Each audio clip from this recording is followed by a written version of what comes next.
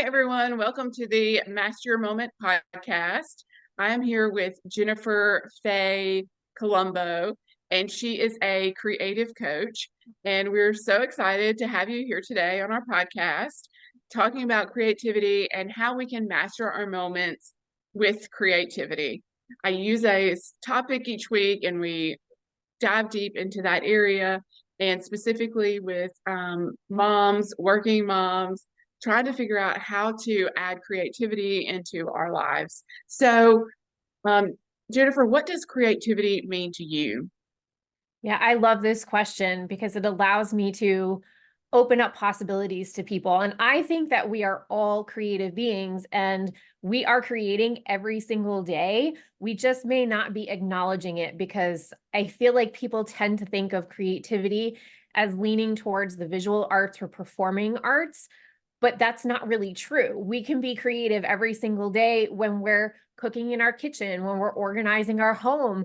For those of us who love to garden, for those of us who love plants. So creativity can come in many forms beyond the typical problem solving, right? Beyond the typical visual and like musical performing arts. So I think we showcase it every single day in many ways. We just may not be aware of it.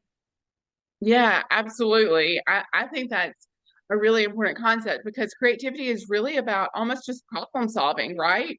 Figuring out problems and how to get in there and bring in some different ideas or different approaches or combining different ones that you already know to figure out how this needs to work or how this needs to happen. So how do you use creativity as a tool for self-discovery?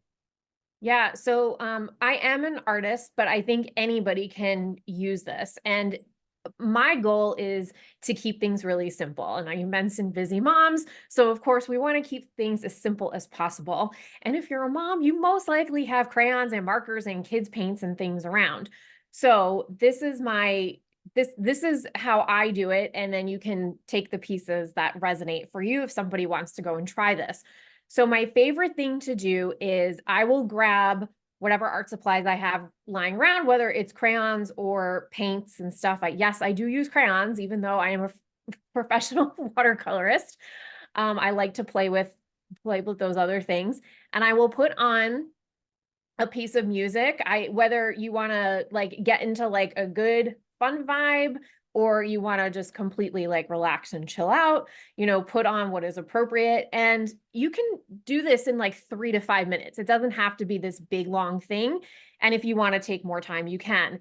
And I will put on music and I will just start doodling on the page, letting paint flow. I'm not worried about the outcome. I don't sit down and say, oh, I'm going to go create this. I'm just allowing the music to tell me what colors to pick, how fast or slow I'm going. And the self-discovery part comes in from if you want to take a moment to just notice. You may notice when you start, you have some tension in your body if you're stressed, right? And then notice like, oh, okay, I can start to release some of this. You may notice you're going really fast trying to finish something even though it's a slower piece of music. And you can stop and ask yourself, oh, hold on a second. Where might I be not slowing down in life? Like, where can I actually like pause, take a breath, savor the moment, and like take more time for myself and to enjoy that moment? Other people may discover who's ever gotten stuck in the loop of perfection and like worrying about the outcome, right? Yeah. Even if this is something you're like, oh, I'm just scribbling and I'm going to throw it in the trash. Sometimes the mind will come into play and people will go, oh, wait, I was actually trying to like figure something out. And that's just another thing of noticing like, oh, am I actually doing this in like other places in my life? And if you're a business owner like I am, you'll notice it not just in life, but in your business too. Like, am I not putting out a newsletter because I'm so worried about like making it perfect instead of actually taking the action? Yeah, absolutely. I can see how that can be really, really beneficial. And I like the idea of taking even just 3 to 5 minutes of Mhm. time to just focus on that. It's a really good self-care practice and one very similar to one of the ones that I use in my program as well. Can you give me examples on like the kinds of people that come to work with you, and maybe how you guide them into self-discovery and the creative process? Yeah, so a lot of different types of people come to me. A lot of entrepreneurs come to me, which is no surprise because I'm an entrepreneur. But of course, other people come as well. And how I start is I always ask people, like, what's your intention? Some people want to do this purely for, I want self-care. I want to take time for myself. And that's a beautiful way to do that. And I will guide their what I call creative explorations, like around that intention. Some people want to really open up more to the creative flow. And I think that if you can learn to do it in one area where you aren't, when you're not in your zone of genius and maybe you don't have quite that attachment to the outcome where you're doing it more for fun and for pure enjoyment, as you start to do that and like learn to like let go and like loosen those reins of perfection and other things, you will start to notice it's much easier to step into that creative flow when you're doing other things that involve creativity. For example, for me, when I'm in my creative flow, it's much easier for me to write. And sometimes I need to go do an art activity before I can step into that writing activity of things that I need to do. So it can completely and totally range. And some people are just like, I just want to learn how to relax more and have some fun. And they want to just tap into pure fun and joy. And that's totally cool too. Yeah, that's really, really cool. Can you tell us like a success story, or give us an idea of a particular person that came to you that just really wanted to increase their creativity, maybe like even in their work life, and establishing that? What were the Oh, steps that they took? yeah. So, I mean, I think with anything, it comes with forming a practice and like a habit. So yes, you can come and have one session with me and amazing, right? And people do like they'll come and then all of a sudden I'll get messages of like, oh, this happened and this happened. And but how it really continues to evolve and transform, whether somebody continues to work with me or not, is developing a practice and a habit of it, whether it's, it doesn't have to be daily. It could be just once a week, I'm setting aside 30 minutes for myself to go play, to go create, to go be creative. And I do think that it takes a little bit of time to build up that muscle. I know that that's true for me. When I'm doing it more, it's much easier for me to be expanded in my creative flow in all areas of my life and business. And when I'm not doing it as much, it's a little bit more challenging. So I have had people experience them being able to do other things easier because they can get into that creative flow state easier. I've had other people come and say, you know what, I really wanted to experience, my goal is to experience more fun and play in my life. And this helped me open up to the possibilities in a good, fun way that I'm more likely to go take those actions and make time for that fun and that play. Yeah. Have you ever, I know like for my family, like I've used creativity as a way to bring family bonding together. So even like just yesterday, we my husband was like, we've had these like little tiny canvases that we wanted to do and work on. And so he came up with his idea of what he wanted to create. And then I found my little idea, and he printed off something for my daughter, and we just sat at the table and just did art together. Mhm. And it was really cool. We were all doing our own little thing, but we come together and use that as like a really good just bonding experience too. And then we can celebrate each other, like, look what you've done, look what you've done. Like, this is really amazing. It's a beautiful bonding experience. And I love what you said. So whether you want to do it with your family members or you do it in community, like there is power in group, right? You feed off of each other's creativity. That's always a fun thing when I'm guiding a group of people. And we're not doing like a paint by number thing, right? So I'm not doing like, okay, everybody do this step, then this step, then this step, right? But what's fun at the end is when people reveal and they're on the same wavelength, even though they can't see what each other's doing, it just really is like this really beautiful community, and you're celebrating each other, and you are, like you said, encouraging each other. And that's amazing. I've done ones with groups too. This is a good family one too, I think, where you can, paint and like create different backgrounds and stuff, and then share what you're grateful for and write it on those backgrounds, share different affirmations of celebrating each other and all of those beautiful things. Yeah. Incorporating lots of different pieces into it, right? Yeah. So how do you think that a working mom could benefit? Like, what are the benefits of doing this practice? Well, I think the biggest benefit is, at least myself and other people that have done this experience, is you definitely get a moment of zen, even if it's just for just for a moment. And ideally that's going to help ripple out. Um, but I think if you're a busy mom, like, this is a beautiful activity to do with your kids. And I will tell you, kids typically are great teachers for us, because a lot of times we will try to put perfectionism on what we're creating, but Yeah. kids don't really care if they're doing things out of proportion, or if they make grass purple, or whatever it is, right? Because they're using their imagination. So it's a beautiful bonding experience for moms to experience with their children, and make it fun. Like, this can be a really fun activity both for adult and child. Yeah. I've been trying to think about different ways that I can help my youngest child, who's 8, and he has a lot of learning disabilities and things like that. And he struggles with learning. He does not want to learn, but he loves to draw. And sometimes the teachers have to get onto him, like, put that up because we got to move on into the next thing.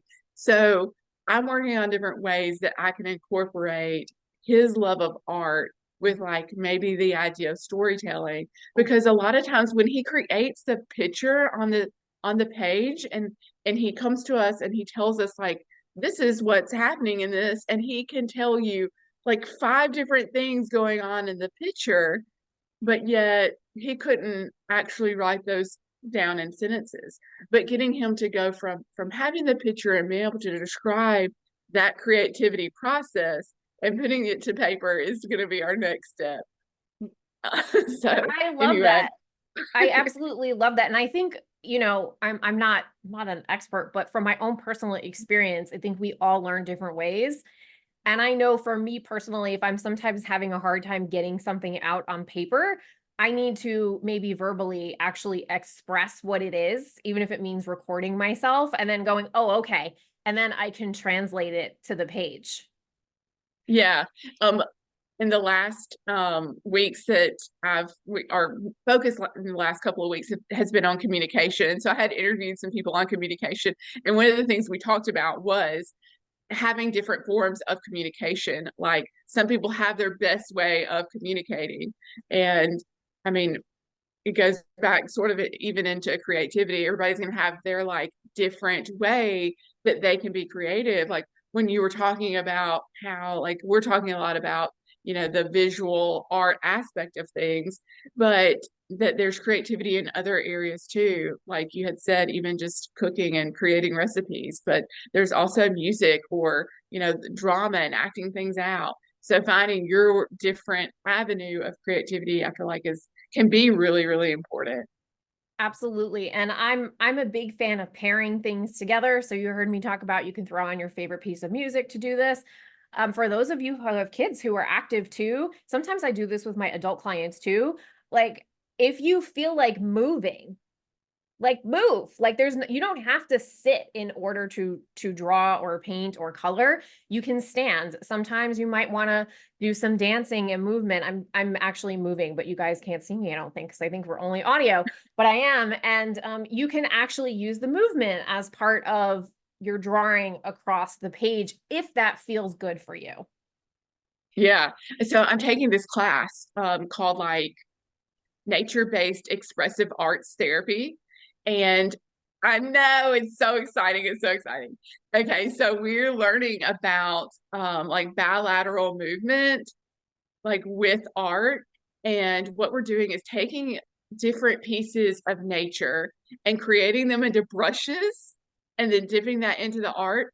And then you just move your body in a rhythmic way, like with both hands, two different brushes or two same brushes with art pieces, and just, you know, making up and down movements or swiggle movements or swirl movements or whatever it is. And then it just creates this piece of art, and it's just about the process, and it's not necessarily about what it turns out to look like. But sometimes that's really cool, and it's just a very therapeutic way of just getting some expression out as well. So yeah, I was going to ask you, how does combining, music, meditation, and the creative training enhance the creative process for your clients? There is just something about listening to music, even if you're studying, right? They say that like if you listen to certain music while you're studying, it enhances the, your ability to remember or whatever it is. Can't quote me on that.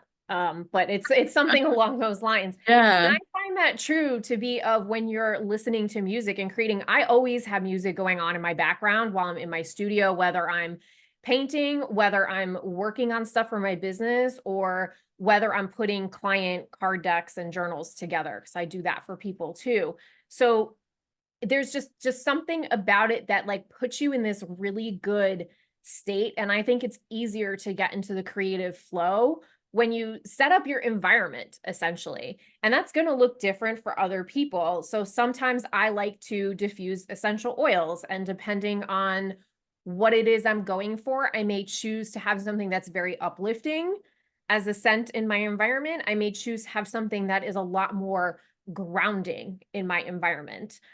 If you like to light candles, I use battery operated ones in my art studio because there's a lot of flammable things.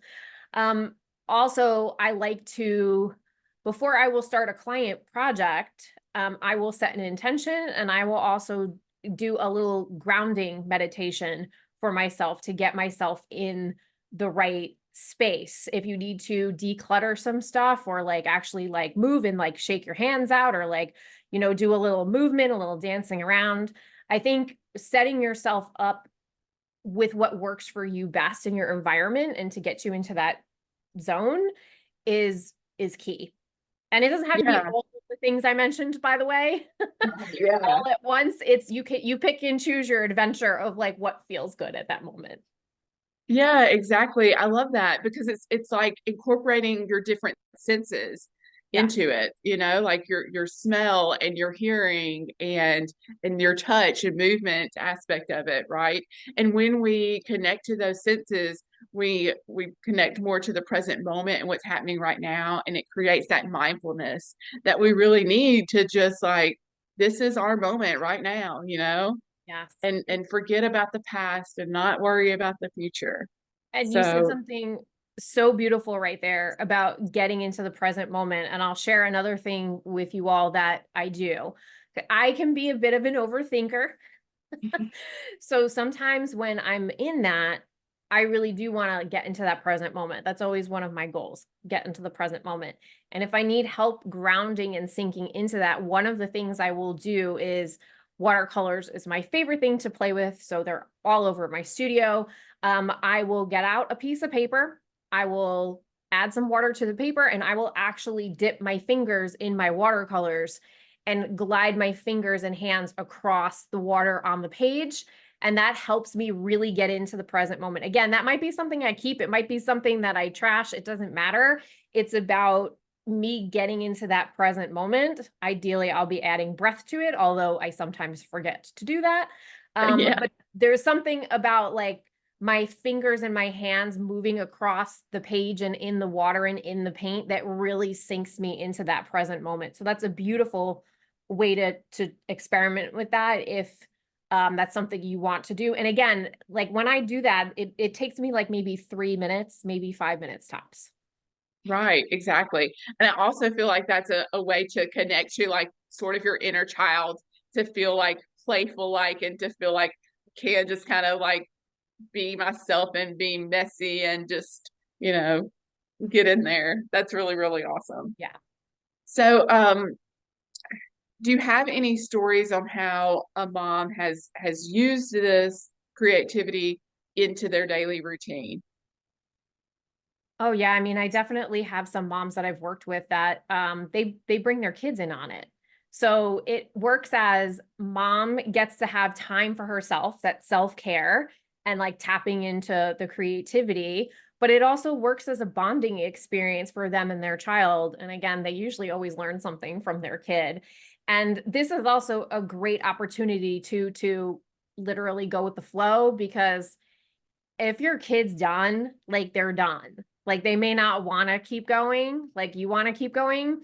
So that's a beautiful lesson in that. I one time I was doing a group session and a bunch of people had their kids joining us. So we had our little creative explorers. And you know, a lot of times the kids ignored what we adults were saying on the call and like what I was prompting. And I said, just let them go do their thing. Like let them be like they're still having the experience with you and creating and coloring. It doesn't matter that they're not following my prompts. Like you're still having an experience together.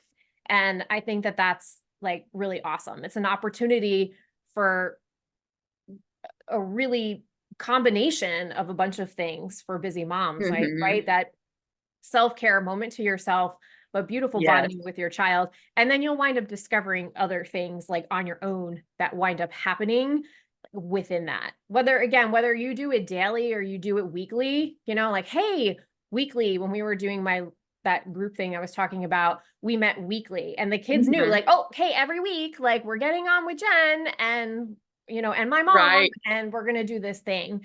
So it can be a really beautiful thing for the kids to look forward to as well. Yeah, and a mom to be able to like let loose and not feel like they have to control what's happening with their child, like when you were telling them like it doesn't they don't have to follow exactly what I'm saying, like just let them be, and they're going to decide how they want to interpret this for their own experience. So I think that's really, really cool. And that kind of leads us into my next question about what are some common like challenges or misconceptions that people might have about creativity? Oh, I think the biggest one that comes up all the time that I hear is I can't because I'm not an artist. That's definitely the biggest one. But as I mentioned in the beginning, like we express creativity in all different ways. And I say go for it. If you feel a pull to go do this, go for it. We're not looking to create something that's going to go on a museum wall or something, right? Like just go enjoy it for the pure fun of it and for the pure play and self-care and all of that stuff. And, you know, eventually, if you're like, oh, you know what? I'm a really digging this. Like, this is really incredible. This is really awesome. Well, you can go take a drawing class. You can go take a painting class that has structure if that's really what you decide, you know what, I really want to pursue this. Let me see where this goes. Just know if you do that, it does take practice and patience to actually to learn those skills. But yeah, I think that coming up against the I'm not an artist thing, I kind of want to bust that myth and just say if you really want to create and play with art supplies, please go ahead and do that. So is that who you mostly work with, are people who are not necessarily trying to be artists, but just trying to be creative? Yeah, I would say probably more than 75% of the people that I work with fall into that category. Some other people are artists like myself who want to come and play because they want to do something outside of their own creative practice, outside of their own work and collections that they're doing.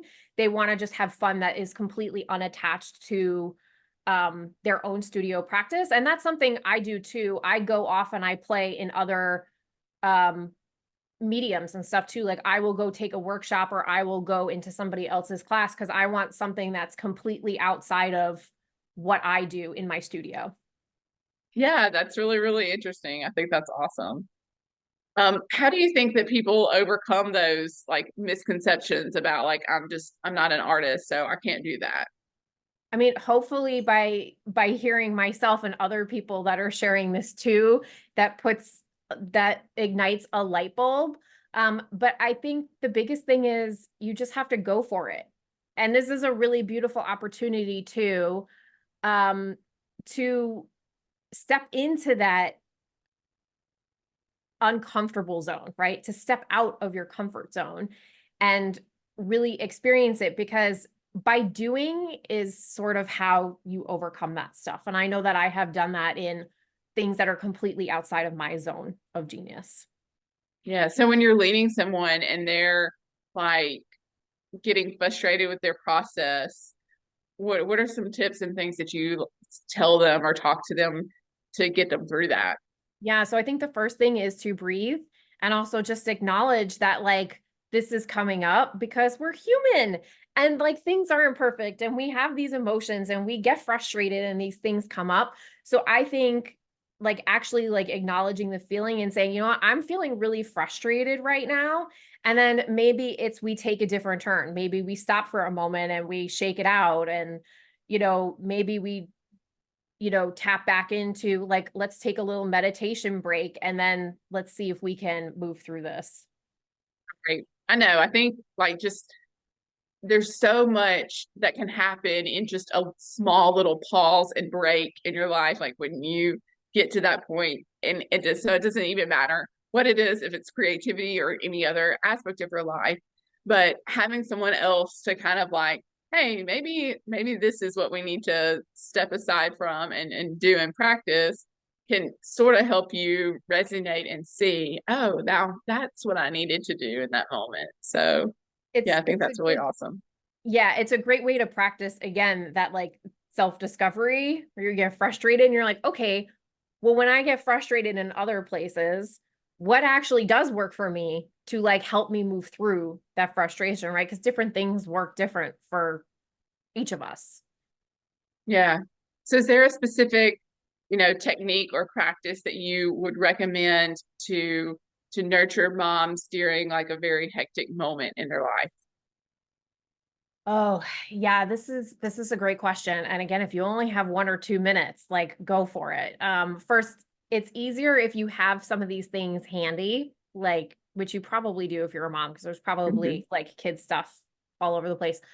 But that would be breathe, just grab a color, grab a pencil, grab a pen, whatever's around, a marker, and just doodle on the page and like not even worrying about it, even if it means like don't even look at what you're doing. Like, just allow yourself to be in that moment. Yeah, I think that's really, really awesome. I love watching like people do little doodles and stuff and they're just drawing little circles or little lines or whatever and then it's like a repetitive pattern, when you create this like just repetitive pattern and repetitive movement. It can actually turn out to be really, really beautiful. It could be really cool. So, Yep.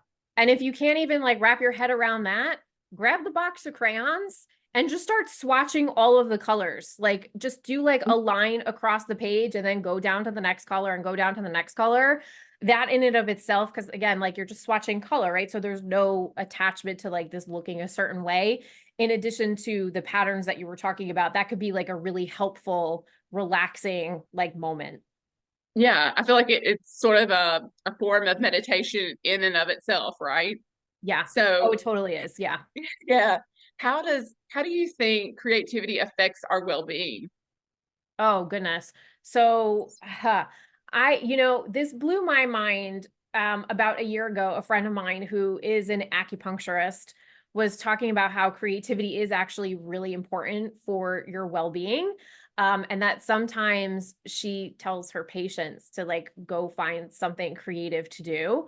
Um, I won't talk about it from that standpoint, but that or from the actual logistics of why that's true because I'm not Yeah. qualified, but she blew my mind when she said that. And I realized, oh, wow, that is actually really important. And I think creativity, with whatever way you're choosing to do it, um, it can help you de-stress. And I think, us all feeling less stressed is a huge part of our well-being.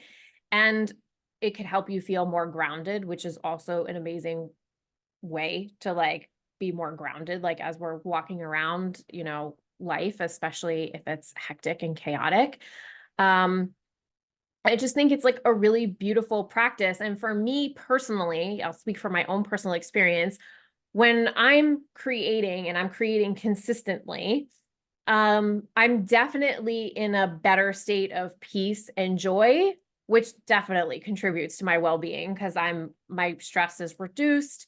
I feel better just in general, just because I have a better attitude. My mood is better. I feel more uplifted. I feel more energized. So that's what it does for me personally. Yeah, that's really, really awesome. So, do you have any other, like key takeaways for listeners, resources, recommendations? Sure. I mean, honestly, go get a box of crayons if you don't have one. Like my biggest takeaway, my biggest piece of advice is keep it simple. You don't have to make it complicated. If you want to make it complicated and have more paints and things and stuff out, go for it. But there's nothing wrong with keeping it simple. Simple is okay. Simple is powerful. And, there are so many different things that if you feel like you're not comfortable doing what I said without guidance, there are a ton of resources on YouTube. There's courses. I personally follow a whole bunch of other people on Instagram that do similar things and are showing you like, oh, look, here's a pattern that you can do today. So there's tons and tons of videos and stuff out there that you can follow, whether you just grabbing something on Instagram or you choose to actually take a course. But do something that is going to work for you, right? Like if taking a course isn't going to work for your life, then like go on Instagram when you have 5 minutes or Facebook or YouTube and go do search, find some people that are doing this. And then you can always grab, oh, okay, wait, I'm inspired by this person. Let me use this as my guide for my little 2, 3, 5 minute thing. Exactly. Yeah, yeah. I think that's really, really awesome. So, if people wanted to work with you, where could they find you? Sure. You can find me on my website which is jencolombo.com. And I'm always sharing tips and tricks and things on Instagram, which is my handle is Jen Faye Art on Instagram. I share a lot of tips and tricks too in my newsletter. So you're welcome to follow me in any of those places or contact me if you want to work with me directly. All right. Well, thank you so much, Jennifer, for being on my podcast today. I really appreciate it. I think we've learned a whole lot about creativity and how we can add that to master our moments. So, thank you so much. Thank you.